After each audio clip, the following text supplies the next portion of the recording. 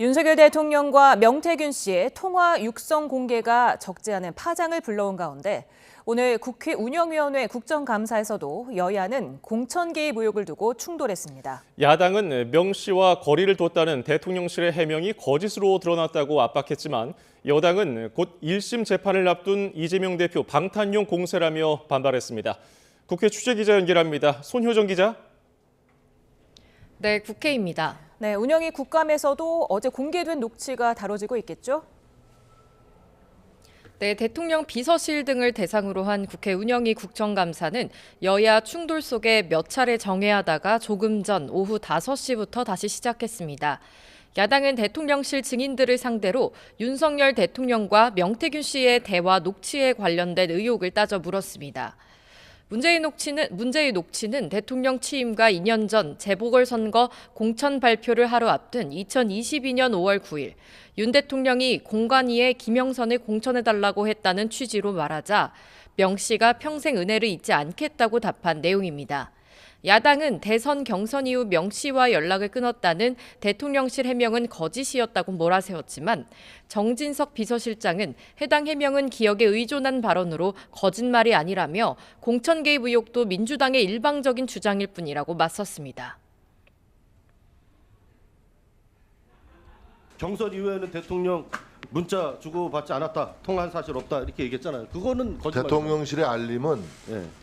경선 이후에 네. 대선 과정에서 명태균 씨와 교류하거나 접촉한 사실이 없다는 이야기입니다. 그러니까 그래서 그게 거짓말이 아니다 이렇게 주장하고 싶으신 저는 그걸 거예요? 거짓말이라고 등식화시키는 건 좀 무리라고 생각합니다. 대통령실은 또 명 씨가 경선 룰에 개입하려 하자 대통령이 연락을 매몰차게 끊었지만 취임 전날 전화가 와서 받았다며 해당 녹취는 법적으로는 물론 정치적 문제도 없다고 강조했습니다.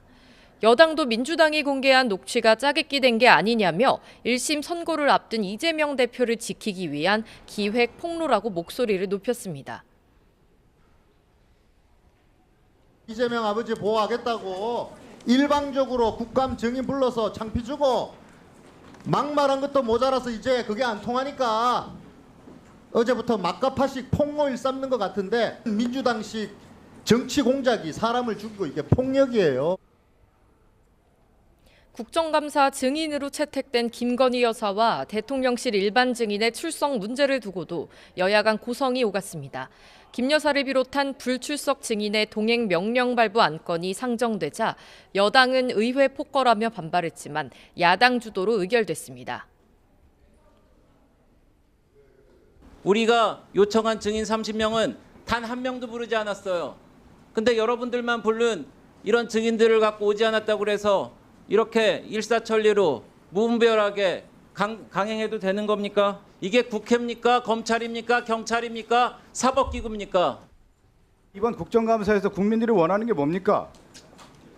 주가 조작, 공천 개입, 국정농단에 대해서 그 증인들을 불러서 국정감사에서 확실하게 밝혀달라는 것이 국민의 목소리 아니겠습니까?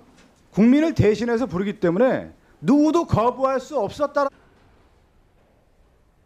운영위 소속 민주당 의원들은 김 여사 등 불출석 증인에게 동행 명령장을 전달하기 위해 용산 대통령실을 찾았지만 집행은 끝내 불발됐습니다. 지금까지 국회에서 YTN 손효정입니다.